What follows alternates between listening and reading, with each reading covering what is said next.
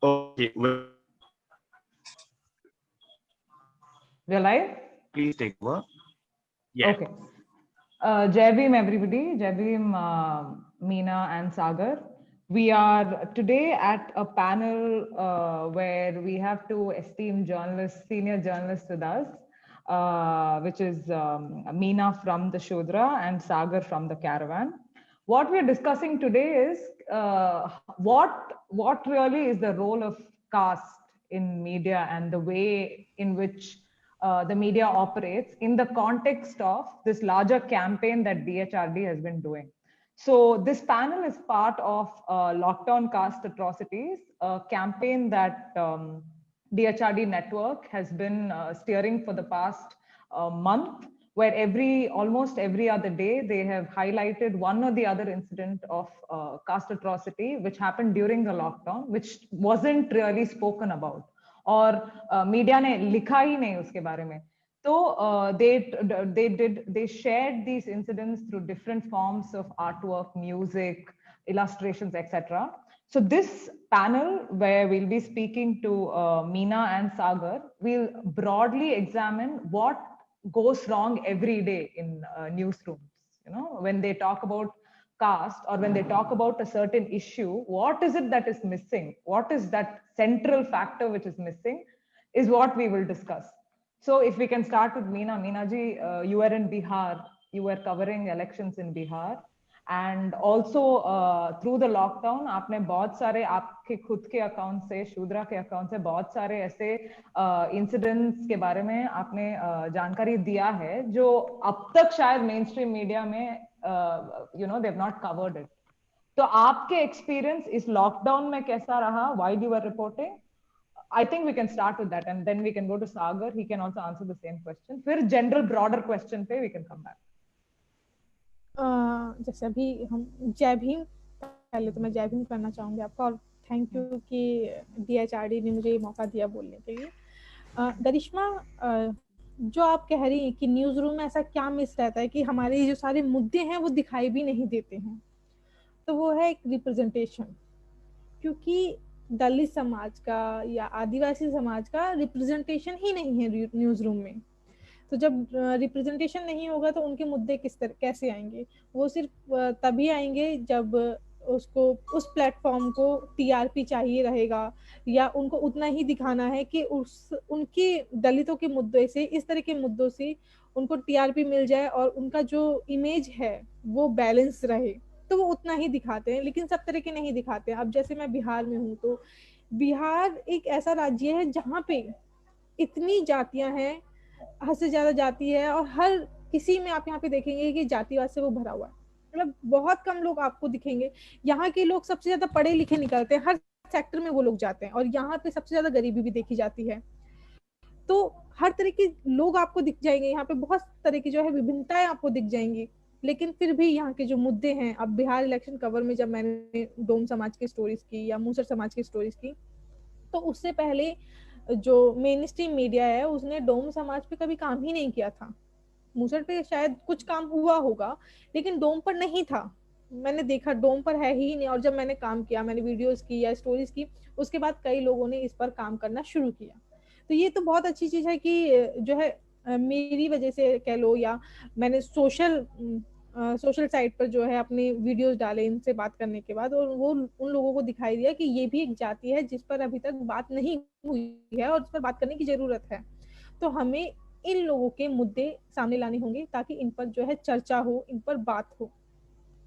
अब अगर हम न्यूज रूम में बात करें तो न्यूज रूम में मैंने कहा कि रिप्रेजेंटेशन नहीं है. आप देख लीजिए कोई भी मीडिया ऐसा कोई भी नाम बता दीजिए जिसमें मेन स्ट्रीम मीडिया में कोई भी दलित आदिवासी समाज से आता हो. बॉसेस लेवल पे कह रही हूँ, एडिटर लेवल पे कह रही हूँ, कोई है ही नहीं. आप दूर दूर तक देखेंगे कोई आपको नहीं मिलेगा. नीचे अगर लेवल पे हैं कुछ लोग हैं तो वो क्योंकि बॉस हैं, बॉस के अंडर में काम कर रहे हैं, तो वो अपनी बात पूरी तरह से नहीं रख पाते. रोजी रोटी का उनको डर रहता है, खुल के नहीं बोल पाते हैं. जब मैं BBC में थी, जब मेरे साथ ये सब चीजें हुई, तो मैंने जब खुलकर बोली तो कई लोग मुझे मैसेज कर रहे थे कि हमारे साथ भी डेली इसी तरह का जो है प्रैक्टिस होती है, लोग जो है बोलकर चले जाते हैं या हमारे काम को तवज्जो नहीं देते हैं, लेकिन हम उसको खुलकर नहीं बोल सकते क्योंकि हमें फिर नौकरी में कोई रखेगा नहीं। और ये सच है, अगर आप कास्ट के ऊपर बोलेंगे, अगर आप अपनी हकीकत बताएंगे, हक के लिए बोलेंगे, अधिकारों के लिए बोलेंगे, तो आपको मेन स्ट्रीम मीडिया जॉब नहीं देगा। और ऐसा होता है, जैसे मैं भी अभी मेन स्ट्रीम मीडिया मुझे नहीं देता काम, लेकिन मैं अपना काम फिर भी कर रही हूँ, क्योंकि अल्टरनेटिव मीडिया आज भी मौजूद है, सोशल मीडिया आज भी मौजूद है, और हम उस पर काम कर रहे हैं। तो यहाँ पे प्रतिनिधित्व की मुझे लगता है बहुत ज्यादा जो है कमी है मीडिया में। अगर वो बैलेंस हो जाएगा तो सब तरह के मुद्दे जो है वो सामने आएंगे। सही है। मैं वापस आपसे एक सवाल पूछूंगी after speaking to Sagar. Sagar, the same question to you as well, if you can answer कि the central issue of caste जो है, why is it like even right now after all these years, it's not like anti-caste struggle has, I mean anti-caste struggle has always been there, right? Kab se hai? Right from the times of, even before, during the times of Dr. Ambedkar, or even after that, the struggle has been there. People have been articulating from within the anti-caste movement. But why is the media still reluctant to sort of talk about caste in the manner in which we need to talk about it, you know, where we are not like reducing it to like one story or one sort of voyeuristic, you know, looking at it in one sort of a way which suits the mainstream media? Why do you think that is?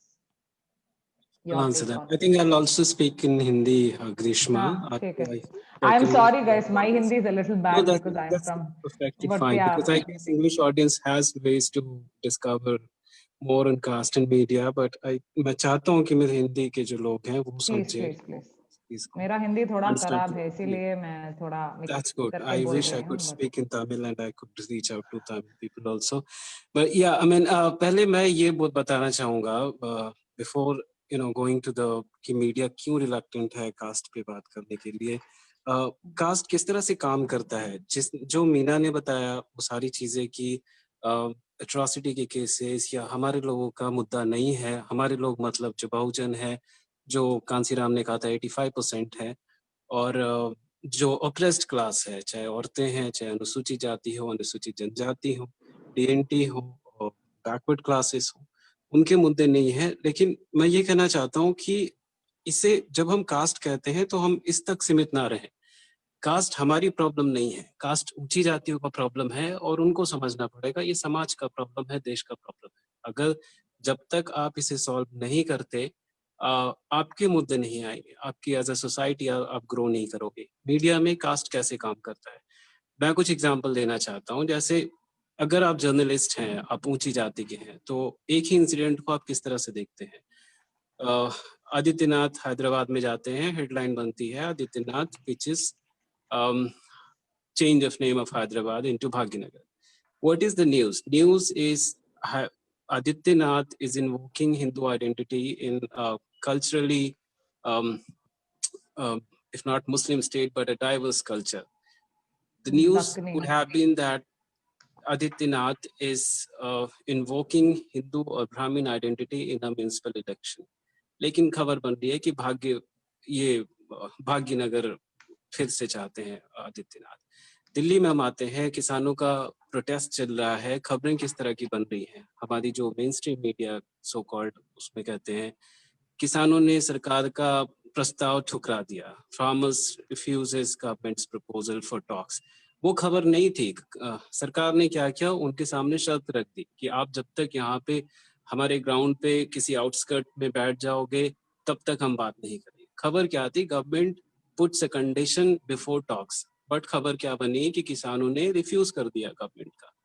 खबर ये बन रही है कि किसान has come with lot of ration to sit there. They are not showing that the farmers are or the news is not that how farmers are dealing with the winter, with the food, with the day-to-day livelihood issue and the problem they are facing in living in tents and trucks. ये होता है। Journalist, अगर आप privileged caste, privileged gender, privileged class से आते हैं तो आपका जो नजरिया होता है वो किसी इंसिडेंट को देखने का इनह्यूमन होता है। मैं बोलूँगा अगर इनह्यूमन नहीं तो आपके अंदर सिंपैथी नहीं होती, आप एम्पैथाइज नहीं कर पाते। एक ही मुद्दा है, आप उसको अलग तरीके से देखते हैं।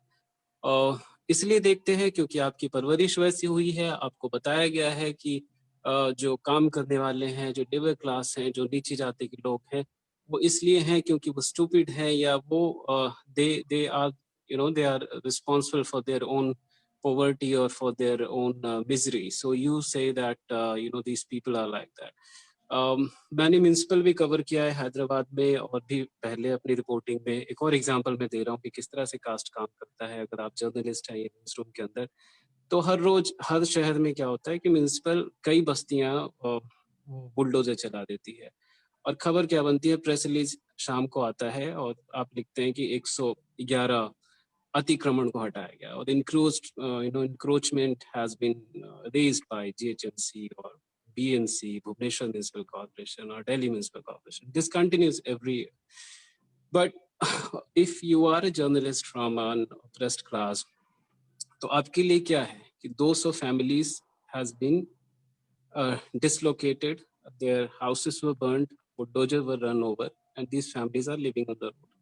This is how you will write the story. But if you go as an upper caste person or if you come from an upper caste group, you will write the story क्योंकि पहले reporter ही लिखता है, वो लिख देगा कि municipal corporation ने अतिक्रमण हटा दिया, यहाँ पे ट्रैफिक साफ हो गई, यहाँ पे लोग यहाँ पे आराम से आप जा सकते हैं, यहाँ पे सैर कर सकते हैं, वॉक कर सकते हैं, वो आपकी स्टोरी बनेगी।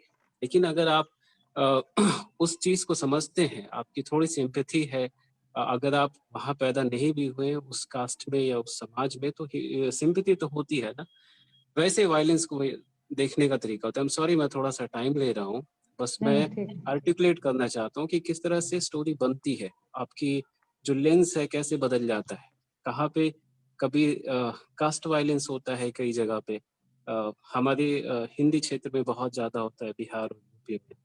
तो जब भी होता है तो आप कहते हैं कि दबंगों ने दलितों को ये कर दिया, आप नाम नहीं करते हैं क्योंकि वो आपकी जाति का है। हो सकता है राजपूत हो सकता है ब्राह्मण हो सकता है बनिया हो, उन्होंने किसी का हुक्का पानी बंद कर दिया, आप कहेंगे दबंगों ने आकर के कुछ मारपीट कर दी या जमीन का मुद्दा था या कुछ था। आप उसको कह नहीं पाते हैं कि असल में इशू क्या था। सहारनपुर में उत्तर प्रदेश में दिल्ली से 100 किलोमीटर की दूरी पर भी नहीं है, कुछ 80 घर जला दिए थे ठाकुरों ने, जो राजपूत होते हैं उनको तलवारों से मारा उनको, बस इतना सा क्योंकि वो अपनी अम्बेडकर जयंती मनाना चाहते थे, बाबा साहेब का एक स्टैचू था उसको रखना चाहते थे। लेकिन दिल्ली में रिपोर्टिंग हुई, किस तरह से हुई, ये दंगे हो गए, दलितों और ठाकुरों के बीच में झगड़ा हो गया, ये राइट हो गया। ये राइट तो था नहीं, ये वन साइडेड अटैक था और दलितों के पास ना तलवार थी ना बंदूक थी, मारने वाले ठाकुर थे। ये खबरें नहीं आई। वो खबर कैसी बनी कि एक लॉ एंड ऑर्डर का इशू था, 2 समुदाय झगड़ गए और कुछ लोग मर गए और कोई आइडेंटिटी नहीं कि मरने वाले दलित थे, मारने वाले राजपूत थे। ये चीजें नहीं आई। क्यों नहीं आई? क्योंकि लिखने वाला जो था वो राजपूत की रहा होगा या ब्राह्मण रहा होगा या प्रिविलेज्ड कास्ट क्लास से रहा होगा, जिसको जो नहीं लिखना चाहता, वो यकीन नहीं करना चाहता, उसके अंदर एम्पैथी नहीं है कि वो सच को कह सके, उसके लिए वही सच है। तो ये प्रॉब्लम है। अब जब तक आप अपने आप को बदलेंगे नहीं, आप एक आदमी हैं और एक सेक्सुअल हरासमेंट का केस लिख रहे हैं, जर्नलिस्ट हैं, तो वहाँ पे भी जो एम्पैथी चाहिए, वहाँ पे भी जो सेंसिटिविटी चाहिए, वो आप समझ नहीं सकते, जो एक लड़की एक फीमेल लिख सकती है। तो ये सब चीजें इस तरह से काम करती है। पहला तो रिपोर्टर लेवल पे हो जाता है, दूसरा जब एडिटोरियल में जाता है तो कई वर्ड्स सैनिटाइज हो जाते हैं, क्योंकि अगेन जो एडिटोरियल में है, मीना की बात बिल्कुल सही है कि आज भी मीडिया में जो रिप्रेजेंटेशन है बहुत कम है। कुछ डिजिटल प्लेटफॉर्म है जो अब एक डाइवर्सिटी पोजीशन करके लोगों को हायर कर रहे हैं, वो भी उसको एक उनके लिए एक तरह का पब्लिसिटी स्टंट हो जाता है कि भाई हम जो है डाइवर्सिटी कैंडिडेट रखे हुए हैं, उसके ऊपर वो फंड मांग लेते हैं। तो उनके लिए वो एक ट्रॉफी हो गई है कि अच्छा वी हैव सम, 1-2 हायर कर लिया और फिर उन्होंने कहा कि हम नहीं कर दिया। उनको हायर क्या किया, एंट्री लेवल पे लगवा दिया और उनको कोई पोजीशन नहीं दी, उनको लीडरशिप नहीं दी, उनको एडिटोरियल बोर्ड में नहीं रखा। तो इस तरह की चीजें कई न्यूज रूम आज भी कर रहे हैं। वो अपने आप को बाहर से दिखाते हैं कि भाई हम तो आदिवासी, दलित, बैकवर्ड क्लासेस को रख रहे हैं, मुसलमानों को रख रहे हैं, लेकिन वो क्या करते हैं, उनके लिए वो एक ब्रांड बिल्डिंग का काम करती है। वो असल में नहीं चाहते कि न्यूज रूम में हो। तो ये पहला हुआ कि कास्ट इस तरह से न्यूज़ को फॉर्म करने में या ब्रेकिंग न्यूज़ में या किसी भी तरह की न्यूज़ को लिखने में या लोगों तक पहुंचाने में, क्योंकि मैसेंजर हम ही हैं, हम ही चीज़ों को अलग तरीके से देखेंगे तो फिर पब्लिक को पता कैसे चल पाएगा। लोग समझ नहीं पा रहे कि फार्मर्स क्या है। लगातार खबरें जा रही है कि जैसे फार्मर वायलेंट हो गए हैं और सरकार जो है बार-बार बात करने की कोशिश कर रही है। ये हकीकत नहीं है। सरकार वो हर कोशिश कर रही है कि वो उसको दबा दिया जाए। लेकिन कोई क्या तरीका है? सारी मीडिया प्रोपेगेंडा कर रही है और लोग कहते हैं कि ये इसलिए कर रही है क्योंकि सरकार ने पैसे दे रखे हैं इनको, चाहे जी न्यूज़ हो, रिपब्लिक हो, और ये जो भी गवर्नमेंट बैक्ड मीडिया मैं बोलता हूँ, मोदी मीडिया नहीं बोलता हूँ मैं, गवर्नमेंट बैक्ड मीडिया जो है वो पैसे के लिए करती है। मैं कहता हूँ पैसे के लिए नहीं है, इकोनॉमिक गेन से सिर्फ इकोनॉमिक गेन की वजह से ही ये चीजें नहीं चल रही है। ये इसलिए चल रही है क्योंकि मीडिया में हर पोजीशन पे अपर कास्ट के लोग बैठे हुए हैं और वो अपनी जाति को डिफेंड कर रहे हैं। उनकी ये जाति का प्रॉब्लम है, ये पैसे का प्रॉब्लम नहीं है। आज एक रिपोर्टर या एडिटर इसलिए गवर्नमेंट के फेवर में चीजें नहीं चला रहा है क्योंकि उसको पैसे मिल रहे हैं सरकार से। सरकार को, मीडिया ओनर को पैसे मिल रहा है, रिपोर्टर को थोड़ी ना पैसे मिल रहा है। वो तो अपना काम कर सकता है ना, वो अपनी इंटीग्रिटी तो आप रख सकते हो ना। लेकिन आप देखते हैं जिस तरह से सवाल पूछ रहे हैं माइक लेकर के, जिस तरह सवाल को फ्रेम किया जा रहा है, वो एकदम एंटी पीपल है। मैं तो बोलूंगा एंटी पीपल है, एंटी सोसाइटी है। अब जो लोग फार्मर हो गए, अब पिछले 5-6 सालों में जो उठे हैं वो भी कौन है? सिख फार्मर हो गए, मुसलमान उठे, लार्जली सब थे सीए में, लेकिन लार्जली कौन सी कम्युनिटी? जो अप्रेस्ड कम्युनिटी थी, दलित उठे 2018 में जब अट्रॉसिटी केसेस को डाइल्यूट किया गया, मुसलमान उठे सीए में, सिख उठ रहे हैं। तो ये ऑप्रेस्ड कास्ट, ऑप्रेस्ड क्लास हैं। अगर आप क्यों ये उठ रहे हैं? एक ब्राह्मणिकल सिस्टम आ गया तो जिनको प्रॉब्लम हो रही है, जो उस चीज पे टारगेट लाइन पे हैं, वो फील कर रहे हैं, वो बाहर आके बोल रहे हैं, लेकिन वो पहुंच नहीं रहा। लोग जो डिसीजन मेकर्स हैं इस देश में, उन तक खबरें इस तरह से पहुंचाई जा रही है जैसे यही लोग, ये कौम ही खराब है या ये कौम ही मिलिटेंट है। ये क्यों? ये मीडिया जब तक बदलेगी नहीं, जब तक अपनी जाति नहीं छोड़ेगी। अब ये रिलक्टेंट क्यों है? कास्ट को डील क्यों नहीं करना चाहता?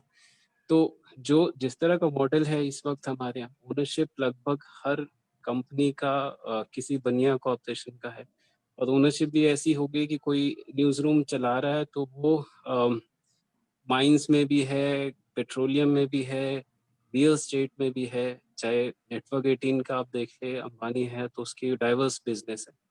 उसके लिए मीडिया सिर्फ एक प्रॉफिट मेकिंग का जरिया है, वो बनिया है। उसको अच्छा है कि एक फैसिस्ट गवर्नमेंट हो तो अपना काम चलता रहे।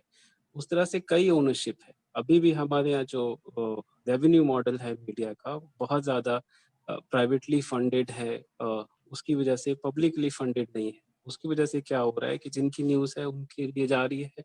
जब तक ये ओनरशिप और एडिटरशिप ये मेन बदलेगा नहीं, तब तक ये ना न्यूज़, सही न्यूज़ जाएगी जो प्रो पीपल न्यूज़ जाएगी, ना प्रो ऑप्रेस्ड क्लास न्यूज़ जाएगी। तब तक ये pro government, anti people, anti society and anti oppressed classes, oppressed caste, ये खबरें जाती रहेंगी। क्योंकि रिपोर्टर कितना भी लिख ले, जो हम एक दो है मीडिया में, वो अपनी कोशिश करके, क्योंकि हमारे पास वो लेंस है। हम ये नहीं कहते कि हमारे पास कुछ स्पेशल है, लेकिन आप लोग वो नहीं लिख सकते जो हम लिख सकते हैं, जहाँ से हम देख सकते हैं। उस लेंस के लिए आप हमें हायर कीजिए। हम ये नहीं कहते कि भाई हमें इसलिए हायर कर लो क्योंकि हम गरीब हैं या दबे कुचले हैं। हम कहते हैं कि हमें हायर करने से तुम्हें फायदा हो। वो चीज़ तुम नहीं देख पा रहे हो जो हम देख पा रहे हैं। वो चीज़ तुम नहीं कह पा रहे हो जो हमारी ज़बान, जो हमारी समझने का तरीका है, वो तुम कभी नहीं ले सकते, क्योंकि तुम्हारी पैदाइश, तुम्हारी ऐसी प्रिविलेज हुई है जो आप कभी नहीं देख सकते। वो लेंस आपके पास कभी नहीं आ सकता है। तो यही है कि रिलक्टेंट इसलिए है क्योंकि पूरा मॉडल ओनरशिप और एडिटरशिप का अपर कास्ट, अपर क्लास के हाथ में है। जब तक वो पहले रेवेन्यू मॉडल बदलना पड़ेगा, पब्लिक को फंड करना पड़ेगा मीडिया को। दूसरा, रिप्रेजेंटेशन को कंपलसरी, मैंडेटरी बनाना पड़ेगा कि आप जेंडर डाइवर्स करें, आप कास्ट डाइवर्स करें, क्लास डाइवर्स करें, और एक ही आदमी के हाथ में, वो एक ही कास्ट के हाथ में अभी तक वैसे ही चलता रहा है। चाहे कोई भी न्यूज़पेपर आप उठा लीजिए, उसके रिप्रेजेंटेशन को देख लीजिए, 1-2 रिपोर्टर आपको मिल जाएंगे, लेकिन आपकी डिसीजन मेकिंग में हमेशा न्यूज़, कौन सी न्यूज़ छपना है, किस तरह की हेडलाइन जानी है, वो सब ब्राह्मण तय कर रहे हैं या ऊंची जाति के लोग तय कर रहे हैं। So I'm sorry I took a lot of time. I guess this is what I No, it's completely fine. आपने ये जो भाषा का लैंग्वेज का जो इश्यू बताया ना, कि जब एक पर्टिकुलर इंसिडेंट होता है या कास्ट अट्रॉसिटी होता है, और even if it's not caste atrocity, कोई असर्शन, कोई प्रोटेस्ट होता है, it can be from an anti caste struggle या फार्मर्स प्रोटेस्ट या जो भी है, और स्पेसिफिकली जब एक जाति का लोग इन्वॉल्व है उसमें, तो उस सिचुएशन में कैसे हम लैंग्वेज यूज करते हैं मीडिया में। जैसे आपने बोला कि दबंगों ने मारा, या लाइक एक पैरेलल हम शायद वाइट मीडिया के साथ ड्रॉ कर सकते हैं, जैसे कि जब भी यूएस में ये जो शूटिंग्स होता है ना, the manner in which they refer to white shooters and black shooters, कि white shooters always maybe mental health problems etc, sympathetically बोलते हैं। Similarly, I mean, शायद same parallel draw नहीं कर सकते, लेकिन मैं ये सवाल पूछना चाहती हूँ कि ये जो लैंग्वेज है जो सदियों से मीडिया ने यूज किया है to refer to particular caste, जो ऑप्रेसर कास्ट है या जो अटैक करते हैं, it can be different from different areas. South में स्पेसिफिक कास्ट है, नॉर्थ में स्पेसिफिक कास्ट है, लेकिन उनको रेफर करने की जो तरीका है वो शायद अभी may be because during Hathras इतने सारे लोग सोशल मीडिया में बोले कि name the attackers, name the attackers, name the attackers, शायद तब उन्होंने थोड़ा बहुत जात का नाम लिया। लेकिन आपने जो बताया सागर कि देयर इज दिस मैंडेट, सभी का जो कंट्रोल है वो मैंडेट ही प्रो स्टेट है, और वो pro state meaning pro corporate है। तो that is the next level of the conversation.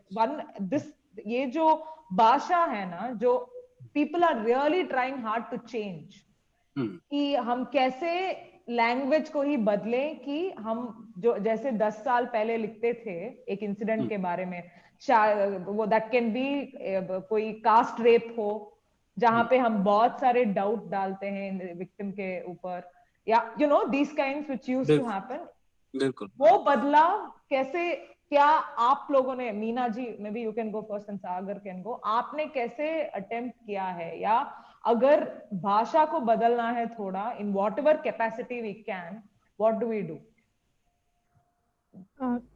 किससे था ये सवाल करिश्मा? आप शुरू कीजिए मीना जी, फिर सागर कैन गो। अच्छा, जैसे हम लोग अगर कवर करते हैं तो हम सीधा लिखते हैं कि सवर्णों ने किया, या उस जाति का नाम लिखते हैं। जैसे कि ये हाथरस वाला मामला ही हम ले लेते हैं, तो हाथरस वाले मामले में पूरा मीडिया जो है, जो पीड़िता थी उसकी जाति दिखा रहा है कि वो दलित से थी, दलित समुदाय से थी, लेकिन उनको फिर वही जो दबंग, सौ-कॉल्ड दबंग कहा जाता है सवर्णों को, तो दबंग लोग कवर कर रहे थे, लेकिन हम लोगों ने सीधा कहा कि वो राजपूत जाति से थे। क्यों हम उनकी जाति छिपाएं? जब पीड़िता के यहाँ की जाति नहीं छिपा रहे, तो हम उनकी आरोपी की जाति हम क्यों छिपाएं? और सही बात है, सागर जी ने बिल्कुल सही कहा है कि जो न्यूज रूम में बैठे हैं, जो डिसीजन लेते हैं, वो हमेशा वही लोग हैं जो सवर्ण हैं और ब्राह्मण हैं, तो वो कभी नहीं चाहेंगे कि उनकी जाति के लोग बाहर आए अगर वो कुछ गलत कर देते हैं तो। लेकिन जैसे ही दलित के यहाँ से कोई गलती होती है तो वो तुरंत बोल देते हैं कि वो इस जाति का है, ये इस जाति का है। जैसे कि एक महिला के संग अगर होता है, अगर आप किसी पुरुष को भेजते हैं किसी रिपोर्टिंग करने, या पुरुष अगर महिला के बारे में बताता है, अगर महिला के साथ कुछ गलत होता है तो वो तुरंत कह देता है कि महिला ने लिपस्टिक लगाई होगी, उसने छोटे कपड़े पहने थे इसलिए उसके साथ गलत हुआ, तुरंत कह देता है। लेकिन एक महिला ऐसे नहीं कहेगी, क्योंकि उसको पता है कि ये सब करना गलत नहीं है। किसी को राइट नहीं मिल गया सामने वाले को कि अगर आपने लिपस्टिक लगाई है, छोटे कपड़े पहने हैं, या रात में बाहर निकली हो, तो किसी मर्द को कुछ भी गलत करने का उसको मौका मिल गया या अधिकार मिल गया।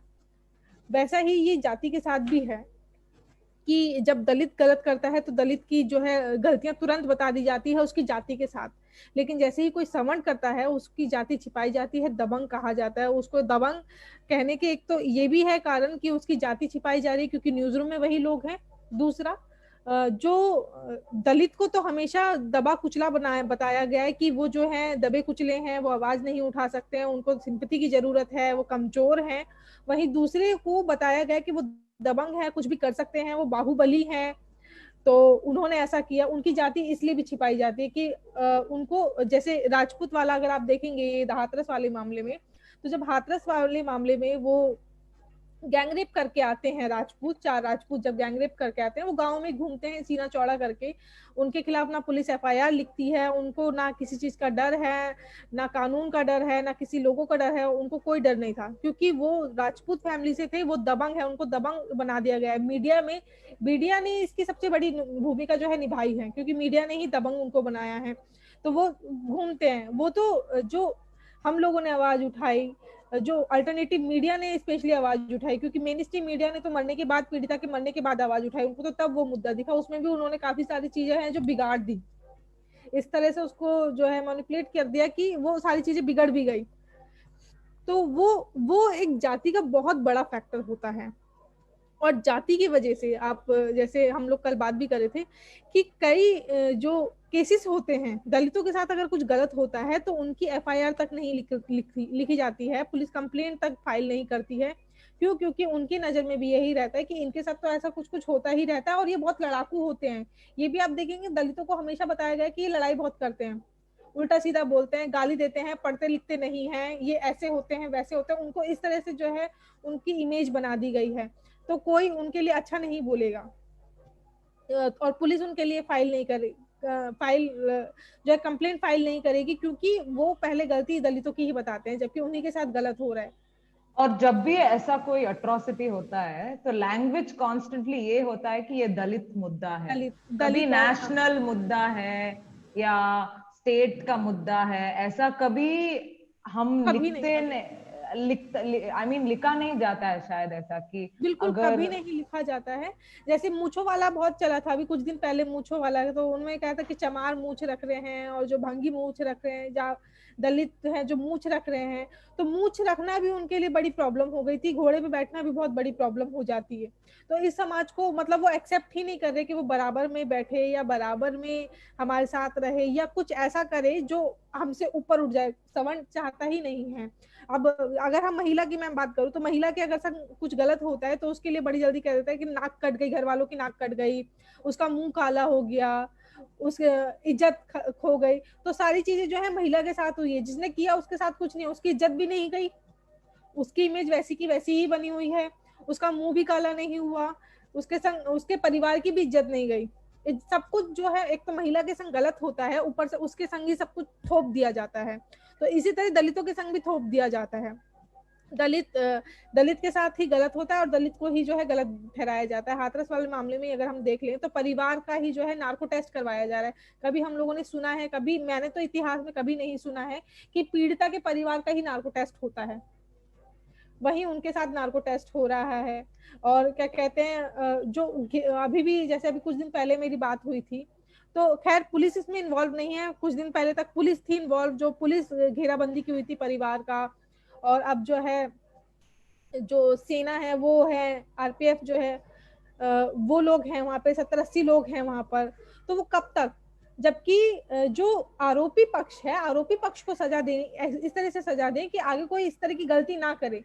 वहीं जो है दलित परिवार को जो है, पीड़ित परिवार को डर के रहना पड़ रहा है, वो डर के रह रहा है कि उनके साथ एक गलत हो गया, दूसरा भी कभी भी गलत हो सकता है। उनको बार बार जो है थ्रेट मिल रही है कि उनको मार दिया जाएगा, उनको जला दिया जाएगा। तो वो जो सेफ्टी है वो कब तक, आज नहीं तो कल वहां से जो उनकी जो सुरक्षा के लिए लोग खड़े हुए हैं वो आज नहीं तो कल हट जाएंगे, तो उसके बाद क्या उनको सुरक्षा मिल पाएगी? ये तो आरोपी जो परिवार है या आरोपी जो लोग हैं उनके खिलाफ सब कुछ होना चाहिए, उनको इस तरह की सजा सुनानी चाहिए, उनको इस तरह का डर दिखाना चाहिए कि वो आगे ऐसी कोई गलती ना करे, आगे इस तरह के लोग कोई गलती ना करे गांव में। लेकिन हर जगह उल्टा ही होता है। मीडिया में आप देख लीजिए, मीडिया में भी उसी तरह उसको पोर्ट्रेट कर दिया गया है। अब जो मामला था वो कहाँ से शुरू होता है और कहाँ खत्म हो जाता है, और आज उस मामले की ऐसी हालत हो गई, कोई चर्चा नहीं है। अभी जो सागर किसान वाला मामला बता रहे थे, जो अभी आजकल जो है किसान जो है, किसानों का जो मुद्दा चल रहा है, अब अगर हम किसानों में देखें तो वो कौन किसान है? दलितों के पास तो जमीन भी नहीं होती, वो तो दूसरों के खेतों में जाके काम करते हैं। तो उनके मुद्दे कहाँ हैं? वो तो कहीं दिखाई नहीं देते, ना मेन स्ट्रीम मीडिया में दिख रहे हैं ना किसी और मीडिया में दिख रहे हैं। अभी कल ही मैं एक क्वार्ट्स की एक रिपोर्ट पढ़ रही थी, तो 71% जो दलित किसान है उनके पास अपनी जमीन ही नहीं है। तो ये जो सारे किसान आ रहे हैं, ये इसमें ये भी सवाल हमें उठाना पड़ेगा ना कि ये कौन किसान है? ये सारे तो अच्छी खासी जमीन वाले हैं। बाकी जो किसान हैं, जो दलित समाज के आते हैं, उनके पास तो जमीन भी नहीं है, वो किसान भी नहीं कहलाते, उनको कोई स्कीम भी नहीं मिलती है। जब किसानों के लिए होती है तो जमीन वालों को स्कीम सारी मिल जाती है, लेकिन उनको नहीं मिलेगी स्कीम। अगर उनके घर में कुछ फंक्शन है तो जिनके पास जमीन है वो उसको बेच के काम कर सकते हैं, उसको बेचकर जो है पैसा जुटा सकते हैं, लेकिन उनके पास तो वो ऑप्शन भी नहीं है, उनके मुद्दे ही नहीं है। तो कहीं पर ये सारी चीजें आती ही नहीं है। क्यों? क्योंकि जो हमारे न्यूज रूम में है सो कॉल्ड जो है अपर कास्ट के लोग बैठे हैं, और उनका ध्यान कभी इन मुद्दों पर जाता ही नहीं है, और जाएगा तो वो उन मुद्दों को बाहर आने ही नहीं देंगे। क्योंकि जो उनकी जो सो कॉल्ड की इमेज है, जो सो कॉल्ड की जाति की इमेज है, वो खराब हो जाएगी। उनकी जाति के लोग हैं जो, वो उन पर सवाल उठ जाएगा। तो इस तरह से जो है कास्ट मैटर करती है, न्यूज रूम में हो चाहे कहीं भी बाहर भी, अगर डिसीजन लेने वाले कोई इसी तरह के लोग हों तो ये सारी चीजें जो है मैटर करती हैं। Thank you, Meena ji. Sagar, same question, circling back.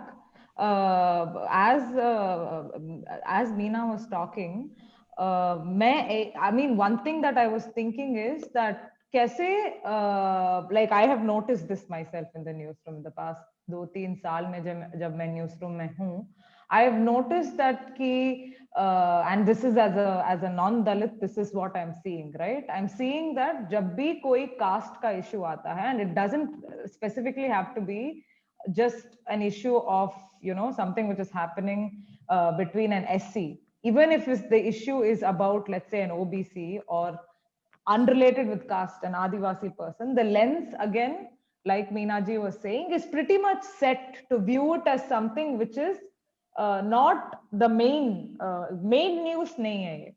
You know what I mean?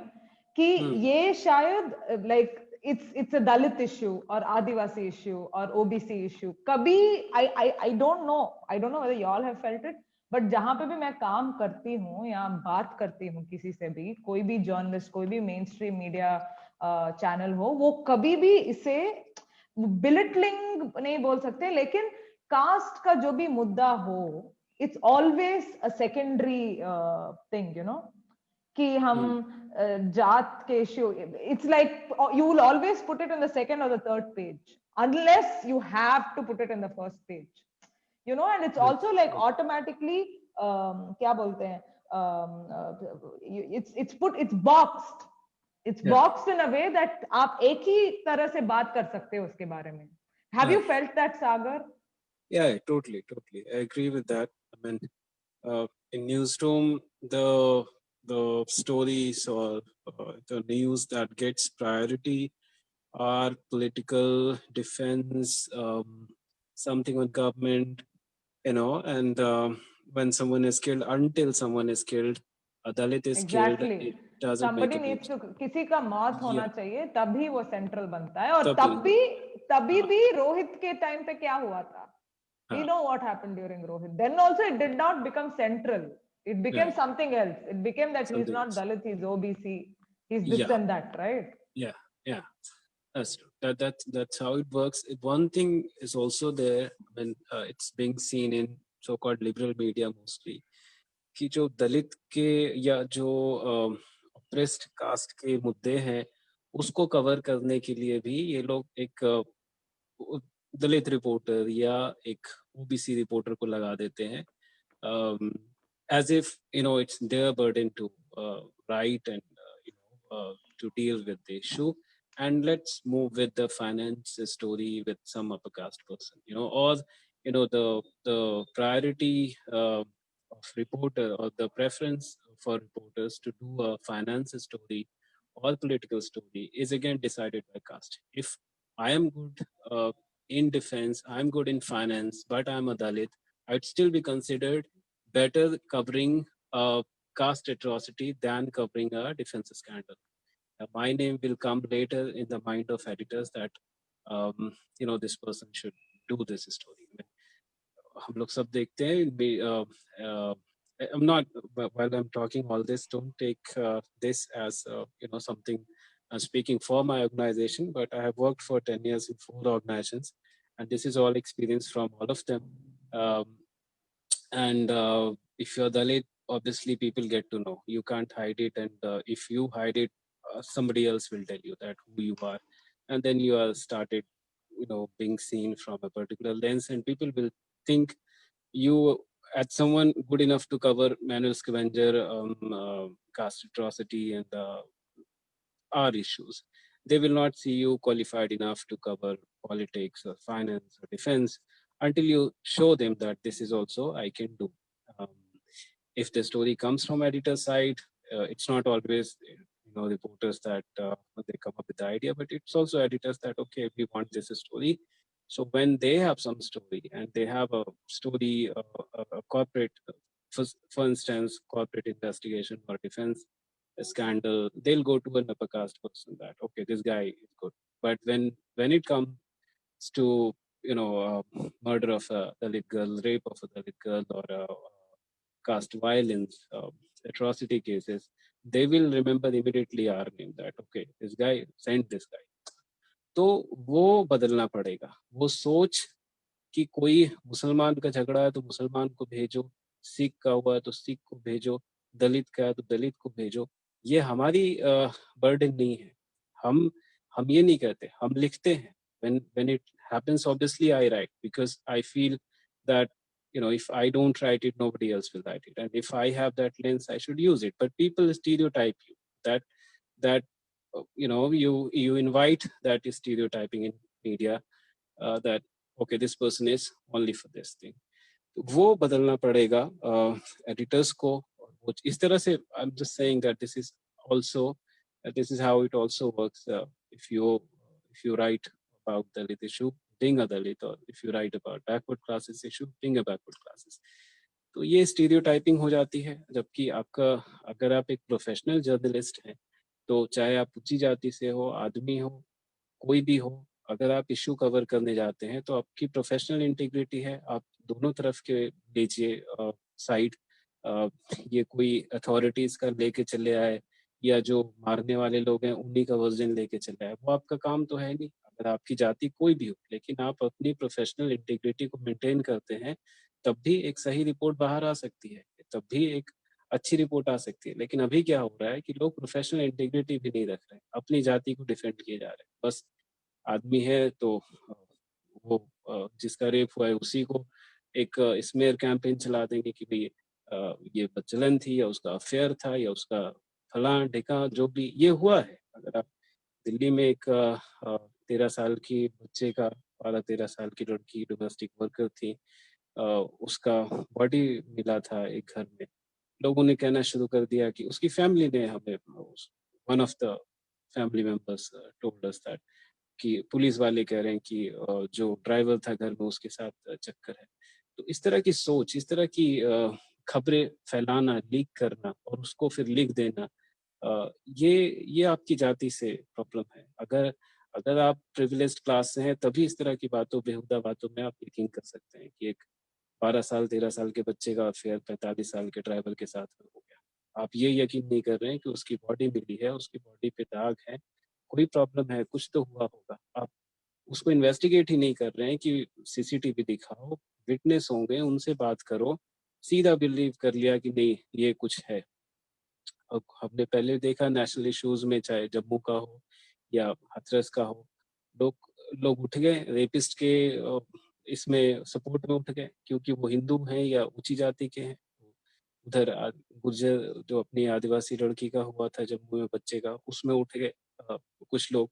तो ये क्यों हो रहा है? ये अब मीडिया वाले उसको एकदम बढ़ा रहे हैं क्योंकि वो अपनी जाति आज खुल के दिखा रहे हैं. अगर फिर से मैं वही कहूंगा कि लोग कह रहे हैं क्योंकि मोदी है और पैसे से खरीद रखा है, बात वो नहीं है। आज अंजना ओम कश्यप या गोस्वामी या कोई चौधरी या कोई तिवारी इसलिए बोल रहा है क्योंकि वो तिवारी है, क्योंकि वो गोस्वामी है, वो हमेशा से चाहता था। और ये मैं नहीं कह रहा, आप कोबरा पोस्ट ने एक स्टिंग किया था जहाँ पे कई बड़े एडिटर ने जो या वाइस प्रेसिडेंट है जो डिसीजन मेकिंग प्रोसेस में है, उन्होंने ये खुद कन्फेस किया था कि जब उनसे वो स्टिंग वाले मिलते हैं एज अ आरएसएस पर्सन, तो वो खुद कहते हैं कि हम तो चाहते थे इन बातों को लिखना, हम तो खुद संघ से जुड़े हुए हैं और आपने पैसा मुझे नहीं भी दिया होता तब भी हम करते। ये तो हमारे लिए सौभाग्य की बात है कि हम गीता का पाठ करवाएंगे या इस तरह से न्यूज दिखाएंगे कि हमारा धर्म खतरे में है।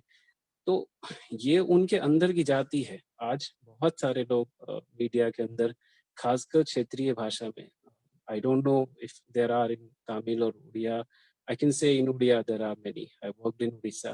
So in other languages would also be there. But in Hindi, there are people directly coming from Sanghs or the RSS institutions. And they are defending their caste. They are writing the story in those terms. जैसे आपने कहा language कैसे काम करता है हमारी खबरों को लिखने में, तो हिंदी में अक्सर जब भी कोई एट्रोसिटी होता है तो ऐसे लिखते हैं कि उसको किस तरह से सैनिटाइज करते हैं। आप इसे समझें कि एक मान लिया एक मजदूर है, उसके कॉन्ट्रैक्टर ने उसको चमार बोल के या डोम बोल करके उसको जो मेहनत की उसके पैसे नहीं दिए। अब मीडिया वो लिखने वाला क्या लिखेगा, वो कोई तिवारी है, कोई चतुर्वेदी है, वो कहेगा कि कॉन्ट्रैक्टर ने जाति सूचक शब्द का इस्तेमाल किया, उसके बाद ये केस हो गया। ये तो एक लाइन में आपने पूरी कहानी खत्म कर दी। जो ह्यूमिलिएशन उस आदमी की डिग्निटी के ऊपर हुआ, ये इतना में खत्म कर दिया कि जाति सूचक शब्द इस्तेमाल। क्या होता है जाति सूचक शब्द?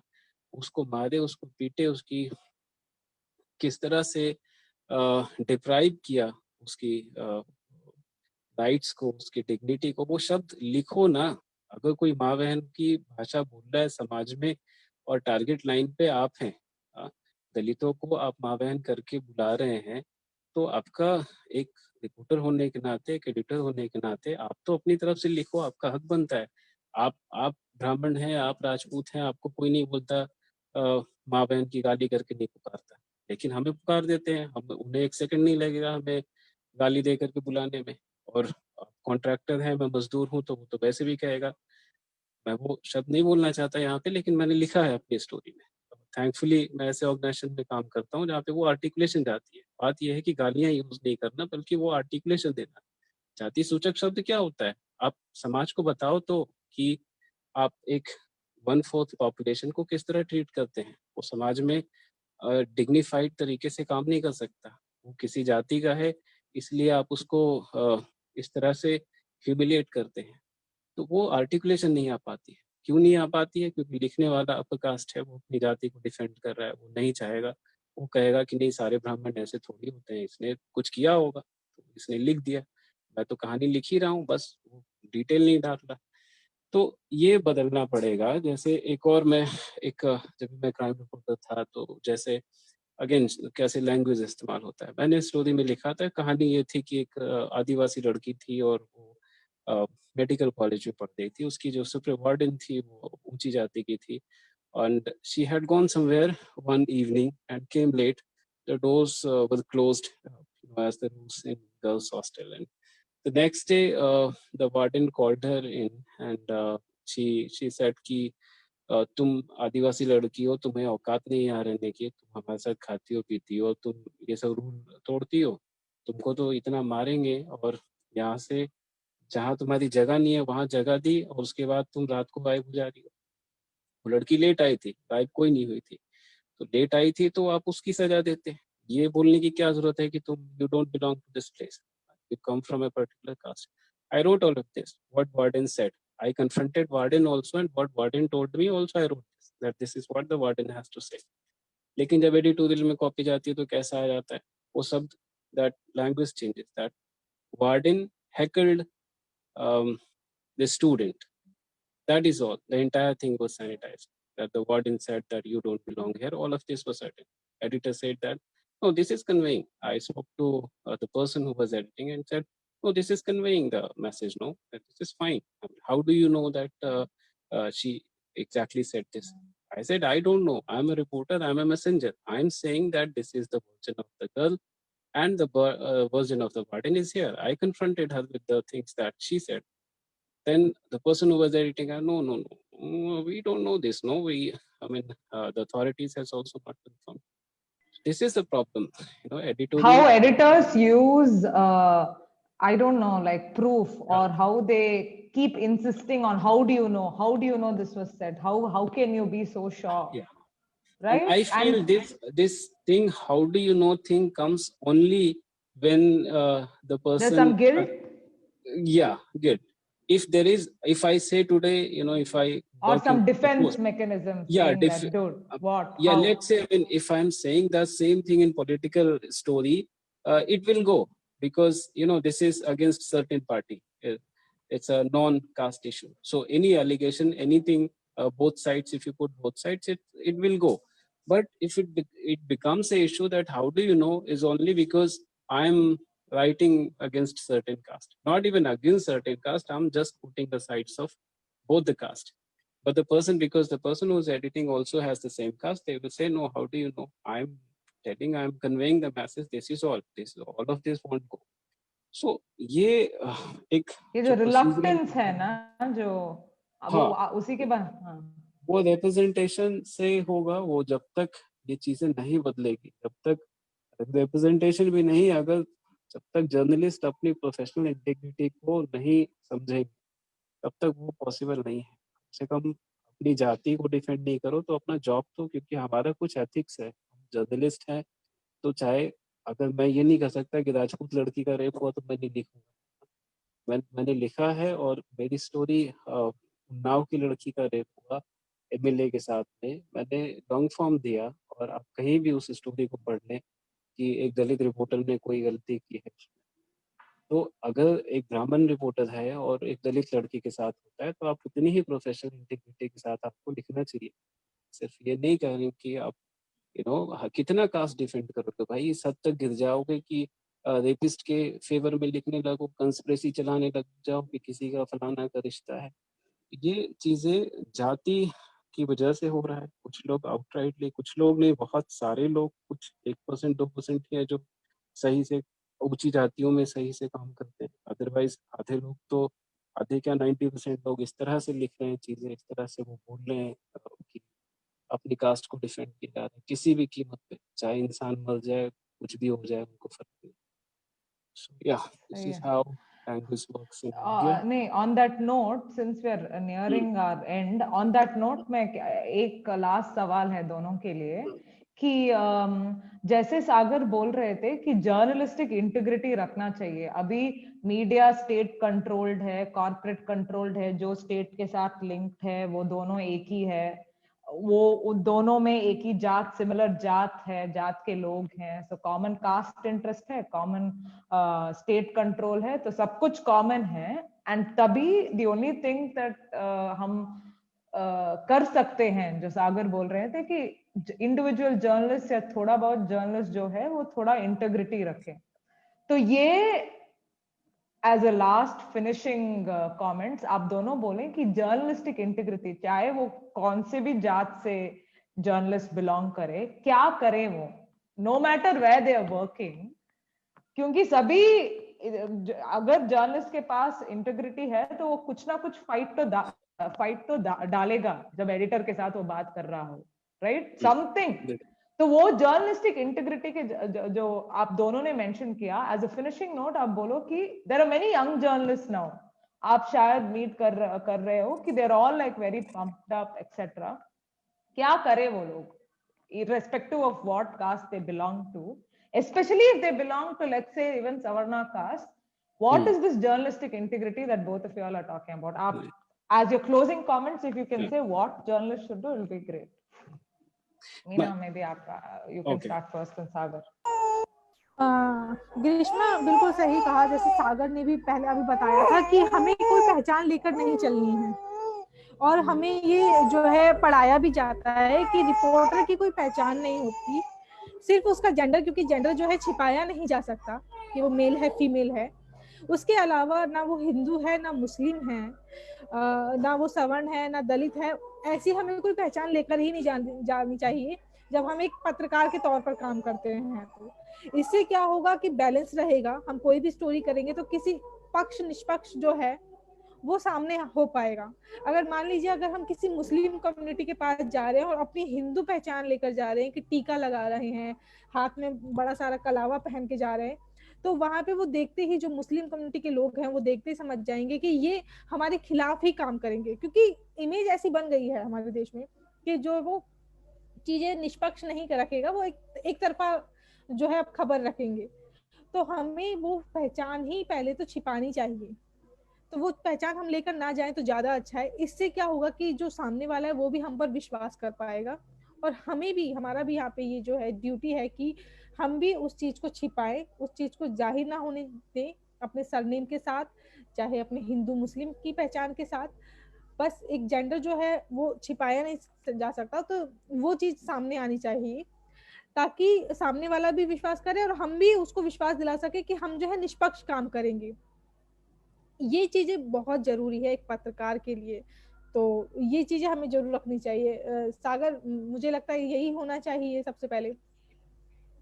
नहीं, I'll just put the closing comment. I mean, जो बेसिक टेनेंट्स ऑफ जर्नलिज्म है, जो दोनों साइड है, सबसे बात कीजिए, हर एविडेंस को लीजिए, फैक्ट्स पे जाएं, अपनी बायस को अपने पास रखें। आप चाहे ब्राह्मण हो, आदमी हो, या कोई भी प्रिविलेज्ड एक आपके अंदर हो, प्रिविलेज जो भी अक्वायर करके रखा, आपका धर्म ये हो, आप एविडेंस पे जाएं, जो सही है, जो और वो वही लिखें। और प्रो पीपल, आपको ये समझना है, आप लोग के लिए लिखते हैं, आप सरकार के लिए नहीं लिखते। सरकार अगर कोई अच्छी काम कर रही है, उनका पीआर डिपार्टमेंट होता है, बहुत सारी मशीनरी होती है, वो अपना काम कर रहे हैं।